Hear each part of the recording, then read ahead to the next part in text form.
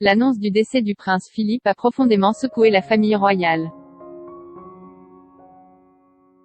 Ce vendredi 9 avril, le duc d'Édimbourg s'est éteint au château de Windsor à l'âge de 99 ans, environ 3 semaines après avoir été hospitalisé en raison de problèmes cardiaques.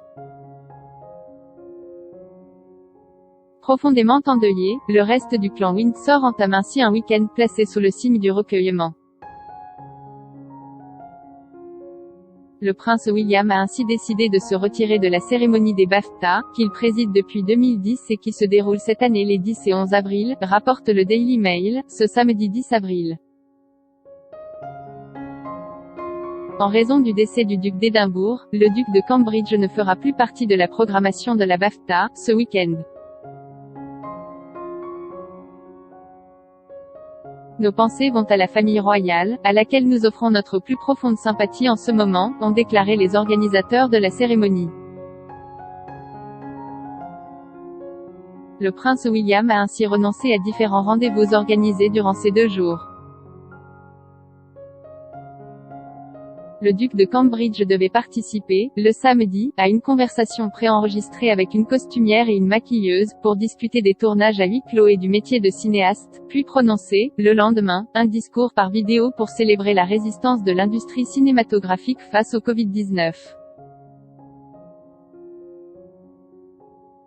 La famille royale de nouveau réunie, se présenter en tant que président des BAFTA est d'autant plus dur pour le prince William car ce rôle a été tenu pour la première fois par le prince Philippe de 1959 à 1965, qui a soutenu la cérémonie tout au long de sa vie.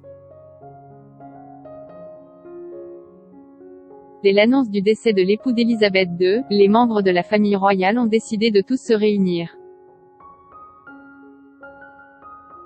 Y compris le prince Harry, désormais installé en Californie, qui devrait rentrer au Royaume-Uni sans Meghan Markle, enceinte de son second enfant.